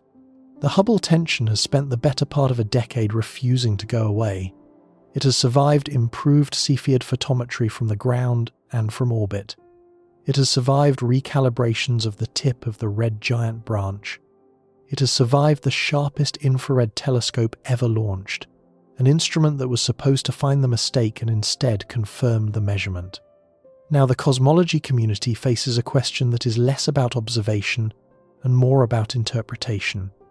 The instruments have spoken. The data are in hand. If the measurements are solid, and they increasingly appear to be what is the universe telling us, there are two broad categories of explanation, and intellectual honesty requires treating both with care. The first category is unresolved systematic errors, something wrong with one or both measurements that has not yet been identified or adequately characterized. The second category is new physics, something missing from the standard cosmological model that causes early universe and late universe methods to produce genuinely different answers when applied to the same cosmos. These categories are not symmetric in their implications. Systematic errors would be reassuring. They would mean the universe works exactly as we thought, and we simply need to be more careful with our instruments. New physics would be revolutionary. It would mean the theoretical framework that has guided cosmology for a quarter century is incomplete, perhaps fundamentally so. The responsible approach, the scientific approach, is to exhaust the first category thoroughly before embracing the second. But responsibility also demands acknowledging when the first category begins to run out of room. Start with the systematic possibilities that remain on the table. Dust is a persistent concern, and it deserves careful treatment because its effects are subtle, pervasive, and difficult to model from first principles. Interstellar and intergalactic dust absorbs and scatters light, making astronomical objects appear fainter and redder than they actually are. The effect depends on wavelength. Shorter wavelengths like blue and ultraviolet light are absorbed more strongly than longer wavelengths like red and infrared. This wavelength dependence is captured by what astronomers call the reddening law or extinction curve, a mathematical description of how dust dims light across the electromagnetic spectrum. Astronomers correct for dust using reddening models calibrated from observations of stars with known intrinsic colors. By comparing a star's observed color to its expected color, they can estimate how much dust lies along the line of sight and apply a correction to recover the true brightness. These corrections are well established for the average properties of dust in the Milky Way, but they carry assumptions. The standard reddening law assumes a particular grain size distribution and chemical composition, primarily silicates and carbonaceous particles that may not hold universally across all galactic environments. If the dust properties along the lines of sight to key Cepheid host galaxies differ from what standard models assume, if the grain size distribution is skewed towards smaller or larger particles, or if circumstellar dust envelopes around Cepheids themselves contribute additional reddening with a different wavelength dependence than interstellar dust, then the distance estimates could be systematically biased. A Cepheid observed through atypical dust would have its brightness corrected by the wrong amount. If the correction is too small, the star appears fainter than it should, and the galaxy appears farther away. If the correction is too large, the galaxy appears closer. The direction and magnitude of this bias depend on the specific dust properties, which vary from galaxy to galaxy, and even from sightline to sightline within a single galaxy. Webb's infrared observations mitigate dust effects significantly because infrared light passes through dust much more easily than optical light. At 2 microns, the extinction from a typical dust column is roughly 1/10 of what it would be in the optical V-band. This is one of the reasons Webb's Cepheid measurements are so valuable. They are far less sensitive to dust uncertainties than Hubble's optical observations. But Webb does not eliminate dust concerns entirely. Some residual corrections are still applied, particularly when comparing observations across different infrared filters, and the corrections still depend on models that assume specific dust properties. If those models are systematically wrong in a correlated way across multiple host galaxies, a small bias could persist even in infrared data. Metallicity presents a different and arguably more stubborn concern. Cepheid pulsation properties depend slightly on the chemical composition of the star. The period-luminosity relation, the foundation of Cepheid distance measurement, was calibrated primarily using Cepheids in the Milky Way and the Large Magellanic Cloud, environments with specific metallicity ranges. When this relation is applied to Cepheids in galaxies with different metallicities, some more metal-rich, some more metal-poor, a correction must be applied to account for the compositional difference. The SH0ES team applies metallicity corrections based on empirical calibrations, using the oxygen abundance of the gas surrounding each Cepheid as a proxy for the star's overall metal content.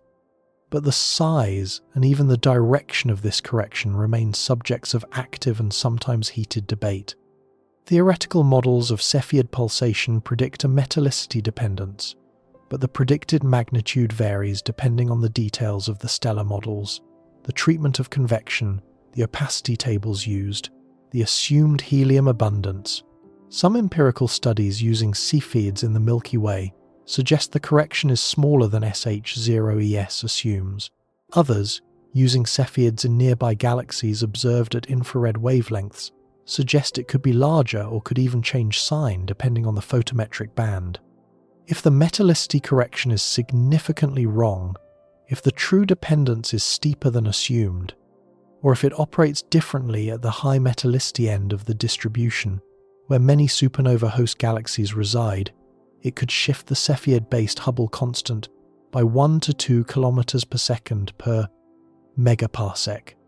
This is not enough to close the entire 6-unit gap, but in a debate where every kilometer per second per megaparsec matters, even partial contributions accumulate. If metallicity errors combine with dust errors and other small biases, the sum might approach the magnitude needed. The local density environment is another systematic possibility that has received significant attention. The universe is not perfectly uniform. Matter clumps into galaxies, galaxy clusters, filaments, and walls, leaving vast voids between them. If Earth happens to sit inside a region of space that is slightly less dense than the cosmic average, a modest local void, then the gravitational deceleration acting on nearby galaxies would be weaker than average. These galaxies would exhibit slightly higher recession velocities than the universal expansion rate would predict, because less matter means less gravity, pulling back against the expansion. The locally measured Hubble constant would be inflated relative to the true global value. Observations suggest that such a local underdensity may exist. Galaxy surveys in our cosmological neighbourhood indicate that the matter density within a few hundred megaparsecs of the Milky Way may be 10 to 20% below the cosmic average. The outflow velocities associated with this underdensity could add a systematic boost to locally measured recession velocities, inflating the apparent Hubble constant. However, most analyses indicate that the effect is too small to fully account for the tension. Detailed modelling of the local velocity field suggests the void could contribute perhaps 1 to 2 kilometers per second per megaparsec to the locally measured expansion rate, a meaningful contribution, but far short of the 6-unit gap. Moreover, the SH0ES team uses supernovae at redshifts high enough that the most local effects should be diluted. To fully explain the tension through a local void, the underdensity would need to be substantially deeper or more extensive than current galaxy surveys indicate, which would itself create tensions with other cosmological observations. Selection bias in the supernova sample represents yet another concern that is technically subtle but potentially significant. Type Ia supernovae are not perfectly identical explosions. They are standardized through empirical corrections for their light curve shape, how quickly the supernova brightens and fades, and their color at maximum brightness. These corrections, captured in parameters called stretch and color, transform the raw peak brightness into a standardized luminosity that is consistent enough to serve as a distance indicator. But the corrections may not capture all sources of variation. Recent studies have explored whether the properties of Type Ia supernovae depend on their host galaxy environment in ways that current standardization methods miss. Supernovae in massive metal-rich galaxies appear to be slightly brighter after standardization than supernovae in low-mass, metal-poor galaxies. This mass step, as it is called, is corrected for in the SH0ES analysis, but the physical origin of the step is not fully understood. If the correction is imprecise, if the true relationship between host galaxy properties and supernova brightness is more complex than a simple binary step, then the derived distances could be systematically biased in ways that affect the Hubble constant. Each of these systematic possibilities, dust, metallicity, local void effects, supernova standardization, is being tested by multiple independent groups using different datasets and different methodologies. None has been conclusively identified as the culprit, and crucially, Each one can only explain a portion of the tension in isolation. To close the full gap through systematics alone, several independent errors would need to conspire in the same direction by just the right combined amount. Each error would need to push the Hubble constant downward by 1 or 2 units, and they would all need to operate simultaneously without being detected by the extensive cross-checks that the SH0ES team and independent groups have performed. This is possible. Conspiracies of small errors do occur in science, but the hypothesis becomes increasingly strained as each individual systematic is tested, constrained, and found to be too small. Now consider the second category, new physics. These explanations are speculative and should be labelled explicitly as such. None has been confirmed by observation. None is required by the current data in the way that, say, dark energy was required by the supernova observations of 1998. But they are taken seriously by a substantial and growing fraction of the cosmological community, because the tension has persisted long enough, grown precise enough, and survived enough systematic tests to warrant theoretical exploration. The most studied new physics proposal is early dark energy. This hypothesis posits that a brief episode of accelerated expansion occurred in the early universe, before recombination, driven by a component of energy that behaves like dark energy, but is transient rather than permanent. In standard lambda CDM, dark energy in the form of a cosmological constant becomes dynamically important only in the last few billion years of cosmic history, when it begins to dominate over the diluting matter density. Early dark energy proposes that a different, additional component of dark energy was active much earlier, around the time of matter-radiation equality, or shortly before recombination, contributing perhaps 10% of the total energy density for a brief period, before decaying rapidly into irrelevance. The effect of early dark energy on the Hubble tension operates through the sound horizon. The sound horizon, the maximum distance sound waves, could travel through the primordial plasma before recombination serves as the ruler that the cosmic microwave background uses to infer the expansion rate. If early dark energy caused the universe to expand slightly faster during the era before recombination, sound waves would have had less time to travel before being frozen in place. The sound horizon would be smaller. When the Planck data are interpreted with a smaller ruler, the inferred Hubble constant comes out higher, potentially matching the local measurement. The stakes of early dark energy extend well beyond the Hubble tension itself. If a transient energy component dominated a measurable fraction of the cosmos for even a brief window before recombination, it would mean the universe passed through a phase that our current models completely miss. It would raise immediate and profound questions. What field or particle produced this energy?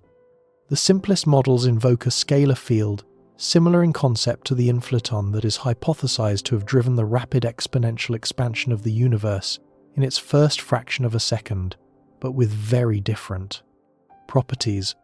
Operating at a much later epoch and at much lower energies, why did it activate at that particular moment in cosmic history, and not earlier or later? The timing is suspiciously coincidental. Early dark energy must become important near the epoch of matter-radiation equality, when the universe transitions from being dominated by radiation to being dominated by matter. This coincidence requires either fine-tuning of the field's parameters or some deeper physical mechanism that links the field's behavior to the matter-radiation transition. A mechanism that no current theory provides convincingly. And why did it decay so rapidly, vanishing from the cosmic energy budget within a cosmologically brief window? Perhaps most disturbingly, the existence of early dark energy would suggest that dark energy is not the simple, unchanging cosmological constant that lambda CDM assumes. If the universe produced one episode of transient dark energy in its youth, the conceptual barrier to imagining dark energy as a dynamic, evolving phenomenon collapses. The dark energy we observe today driving the current accelerating expansion might also be transient, destined to strengthen, weaken, or vanish entirely over timescales we cannot yet predict. The implications cascade outward from a single number into questions about the ultimate fate of the cosmos. Early dark energy is an elegant idea, but it faces non-trivial challenges. Fitting it to the full Planck dataset requires fine-tuning. The energy component must activate at precisely the right cosmic epoch, contribute precisely the right fraction of the total energy density, and decay at precisely the right rate. If the timing is off by a small amount, the model either fails to resolve the tension or distorts the cosmic microwave background power spectrum in ways that conflict with the exquisitely precise Planck measurements. Some analyses suggest that early dark energy improves the fit to the Hubble constant, but degrades the fit to other cosmological observables, particularly the parameter called SATE, which measures the amplitude of matter density fluctuations on scales of 8 megaparsecs. The growth rate of cosmic structure is sensitive to the expansion history, and modifying that history to accommodate the Hubble tension can produce predictions for structure growth that conflict with observations from gravitational lensing surveys and galaxy clustering measurements. The improvement in overall fit from early dark energy models is not universally accepted as statistically compelling. Different statistical methodologies, frequentist versus Bayesian, different choices of priors, different combinations of datasets yield different conclusions about whether early dark energy is genuinely preferred by the data or merely tolerated. The community remains divided, with some groups finding strong evidence for early dark energy and others finding that the improvement is marginal once the additional model complexity is penalized appropriately. Another new physics proposal involves additional relativistic species in the early universe. The standard model of particle physics contains 3 species of neutrinos: electron neutrinos, muon neutrinos, and tau neutrinos, each of which contributes to the radiation energy density of the early universe. The total radiation content is parameterized by a quantity called N effective, the effective number of neutrino species. In standard cosmology, N effective equals approximately 3.044, slightly above 3, because of subtle heating effects during electron-positron annihilation in the early universe. If additional light particles existed beyond the 3 known neutrino species, perhaps sterile neutrinos, dark radiation, or other exotic particles predicted by extensions of the standard model of particle physics, they would increase N effective and raise the radiation energy density before recombination. A higher radiation density causes the universe to expand faster during the radiation-dominated era, which again shrinks the sound horizon and raises the inferred Hubble constant from the cosmic microwave background. The Planck measurement of N effective is consistent with 3.044, but carries enough uncertainty to accommodate roughly half an additional species. Whether that half species is sufficient to fully resolve the tension depends on the details of the analysis and on what other parameters are allowed to vary simultaneously. Most studies find that extra radiation alone cannot close the full gap without creating tensions elsewhere, but it could contribute meaningfully in combination with other modifications. Evolving dark energy represents a broader and increasingly compelling category of proposals, and it has recently received a jolt of empirical interest that has energized the entire field. If the dark energy driving today's cosmic acceleration is not a cosmological constant, not a fixed energy density woven into the fabric of space-time, but rather a dynamical field whose equation of state changes over time, then the expansion history of the universe could differ from lambda CDM predictions in ways that affect the Hubble constant. The equation of state of dark energy is characterized by a parameter called W. For a cosmological constant, W equals exactly -1 at all times. For a dynamical field, W could vary, perhaps starting at values different from -1 in the early universe and evolving toward -1 today, or vice versa. Recent results from the Dark Energy Spectroscopic Instrument DESI have injected new urgency into this discussion. DESI is a purpose-built cosmological machine, a robotic instrument mounted on the 4-meter Mayol telescope at Kitt Peak National Observatory in Arizona. Its focal plane contains 5,000 individually controlled robotic fiber positioners, each capable of swiveling to a precise position within seconds to capture the spectrum of a targeted galaxy or quasar. In a single exposure, DEC can simultaneously record 5,000 spectra across a wide patch of sky. Over its planned 5-year survey, it will measure the redshifts of more than 40 million galaxies and quasars, mapping the three-dimensional distribution of matter across roughly 11 billion years of cosmic history, with a statistical power that dwarfs all previous galaxy surveys combined. DECI's primary cosmological tool is the baryon acoustic oscillation signal, the frozen sound waves embedded in galaxy clustering, measured at multiple redshift bins spanning from the nearby universe out to epochs when the cosmos was less than 3 billion years old. By tracking how the apparent size of the baryon acoustic oscillation ruler changes with redshift, DEC maps the expansion history of the universe in fine detail, measuring how the expansion rate accelerated and decelerated across different cosmic epochs. In 2024, the DESI collaboration published its first-year results based on roughly 6 million galaxy and quasar redshifts. When the team combined their baryon acoustic oscillation measurements with supernova data from the Dark Energy Survey and the Pantheon Plus sample, along with cosmic microwave background observations from Planck, they found a mild but intriguing statistical preference for models where the dark energy equation of state evolves over time. Specifically, the data favored a scenario where W was greater than -1 in the past, meaning dark energy was less aggressive than a cosmological constant, contributing less negative pressure and driving less acceleration, and has since crossed below -1 in the recent cosmological past, meaning it now pushes expansion more forcefully than a cosmological constant would. This crossing of the W equals -1 boundary, if confirmed, would rule out the simplest models of dark energy and point toward a richer underlying physics. The DESI result is not yet conclusive. The statistical preference for evolving dark energy over a cosmological constant was approximately 2 to 4 sigma, depending on the data combination, and the parameterization chosen suggestive and exciting, but well below the 5 sigma threshold that would command consensus.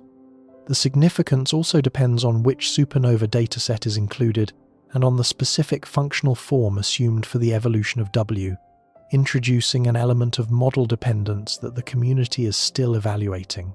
But the result landed in a field primed for exactly this kind of hint.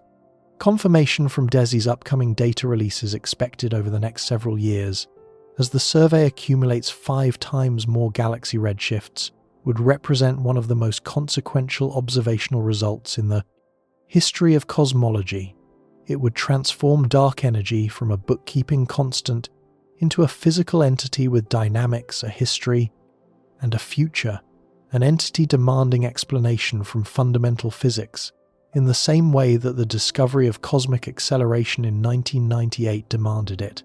Modified gravity theories, frameworks where general relativity is altered on cosmological scales, have also been proposed as potential resolutions. Einstein's general relativity has passed every experimental test conducted within the solar system and in strong field environments like binary pulsars and merging black holes, but it has never been directly tested on cosmological scales spanning billions of light years. If gravity weakens or strengthens at very large distances, or if it couples differently to dark matter and dark energy than general relativity predicts, the relationship between cosmic expansion and the growth of structure could change. Some modified gravity models can accommodate a higher Hubble constant, while remaining consistent with cosmic microwave background and large-scale structure observations. However, these models tend to introduce additional free parameters and face their own internal tensions when confronted with the full suite of cosmological data. Other proposals populate the theoretical landscape with varying degrees of plausibility. Interactions between dark matter and dark energy could transfer energy between the two sectors, altering the expansion history. Decaying dark matter, where a fraction of dark matter particles decay into lighter, relativistic products over cosmic time, could change the matter-radiation balance. Primordial magnetic fields could introduce additional pressure forces during recombination. Non-standard recombination physics could shift the inferred cosmological parameters. None of these proposals has emerged as a clear winner. The landscape of potential solutions is vast, creative, and frustrating in its lack of convergence. Each proposal resolves the Hubble tension at the cost of introducing new assumptions, new parameters, or new tensions with other data sets. The theoretical community has not found a silver bullet. What it has found is a long list of possibilities, each of which carves out a slightly different path through the space of cosmological models, and none of which is yet demanded by the data with the authority that would command consensus. This is the state of the field as it stands today, a measurement problem that resists both mundane and exotic explanation. The systematic errors that remain plausible are too small individually to close the gap. The new physics proposals that could close the gap lack decisive observational confirmation. The tension sits in a frustrating middle ground, too significant to ignore, too ambiguous to resolve, too persistent to dismiss. What the Hubble tension is really testing is not just the expansion rate, it is testing the entire lambda CDM framework. This framework does not rest on a single assumption. It rests on a constellation of assumptions, each of which has been tested individually, but never all simultaneously to the precision that the Hubble tension now demands. Flat spatial geometry. A cosmological constant with equation of state exactly -1. Cold, dark matter that interacts with other matter only through gravity. Exactly 3 neutrino species contributing to the radiation background. General relativity as the correct description of gravity on all scales. Standard recombination physics with no exotic energy injections. A power law spectrum of primordial density fluctuations generated during inflation. The cosmic microwave background encodes all of these assumptions. The Hubble constant derived from Planck reflects every single one. If any of them is even slightly wrong, not dramatically wrong, not catastrophically wrong, just slightly off in a way that shifts the predicted expansion rate by a few percent, the tension could emerge naturally. The discrepancy might not be about one number at all. It might be a symptom of a model that works beautifully at the 97% level, but fails at the 3% level, in exactly the regime where our measurements have recently become precise enough to notice. This is why Webb's role matters so profoundly, even though Webb has not solved the problem and was never expected to solve it on its own. What Webb has done is convert a debate about data quality into a debate about physics. By confirming that the distance ladder measurements are not obviously flawed, that the Cepheids are correctly measured, that the photometry is clean, that the proposed systematic errors do not materialize at the required level, Webb forced the community to take the tension more seriously as a potential signal of incompleteness in the standard model. That is a different kind of progress. Not a discovery, but a sharpening of the question.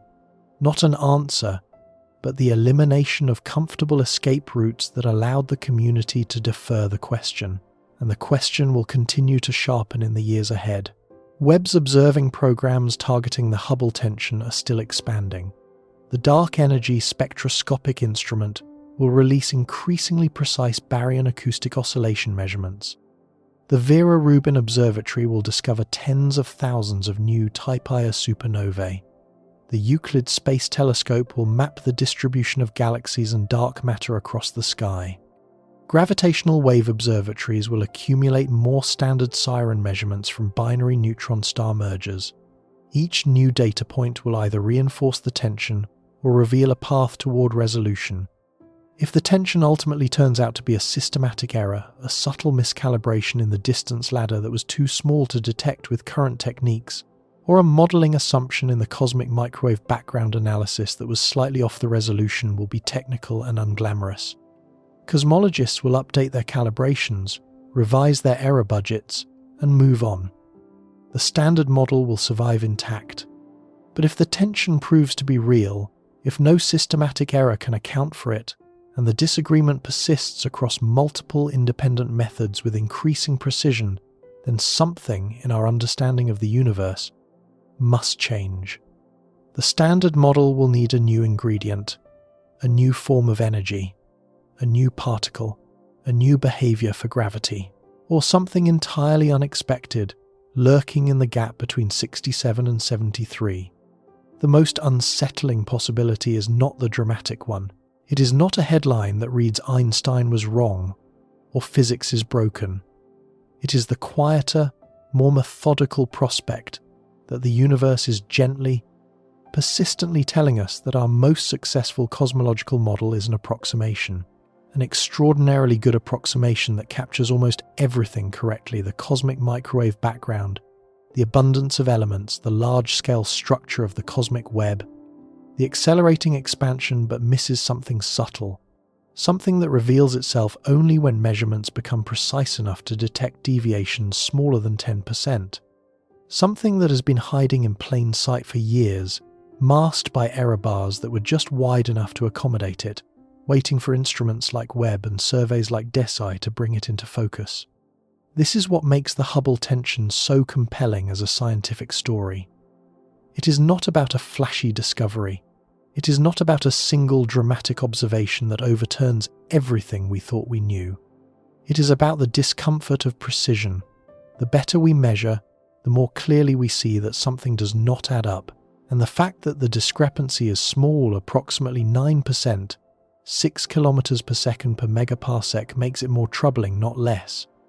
A factor of 2 error would suggest a clear mistake somewhere, a broken instrument, a flawed calibration, an obvious blunder waiting to be found. A 9% tension between 2 exquisitely precise measurements, each grounded in well-understood physics, each confirmed by multiple independent techniques, each surviving a decade of scrutiny that suggests something subtle and deep, something that touches the foundations. Webb's greatest contribution to this story is not a number. It is clarity. Before Webb, the community could reasonably hope that the tension would dissolve under sharper scrutiny. Better resolution would reveal the blending error. Cleaner photometry would shift the Cepheid distances. The high local Hubble constant would drift downward. The Planck value would remain steady, and the gap would close with a quiet sigh of relief. After Webb, that hope has been significantly diminished. The proposed errors did not materialize. The measurements held firm. The gap remained. The instruments are sharper than ever, and the discrepancy is as stubborn as ever. The measurements are real. The disagreement is robust. And the universe is not yet telling us what to do about it. The cosmic expansion rate should be a single, stable number. Measure it from the infant universe, using the oldest light in existence processed through the most successful cosmological model ever constructed, 67. Measure it from the nearby universe, using pulsating stars and exploding white dwarfs calibrated through a century of painstaking observational refinement. 73. 2 methods, 2 answers, 1 cosmos. And here we sit, on a small planet orbiting an unremarkable star in an ordinary spiral galaxy, measuring the universe with the most precise instruments our species has ever built, and finding that the most fundamental number in cosmology does not quite agree with itself. The discrepancy is not large enough to declare a crisis of understanding with certainty, but it is far too large, far too persistent, and far too well measured to dismiss. The most unsettling possibility is not that the laws of physics are breaking. It is that the universe is quietly insisting we have more to learn. Not through a dramatic revelation, not through a bolt from the cosmic blue, but through the patient, maddening, beautiful insistence of a number that refuses to settle. And the James Webb Space Telescope, by turning vague mysteries into testable questions, by replacing hope with data and speculation with measurement, has given us the clearest path forward we have ever had. The answer is not here yet, but for the first time in the history of this debate, the question is sharp enough, precise enough, well-defined enough, inescapable enough to demand one.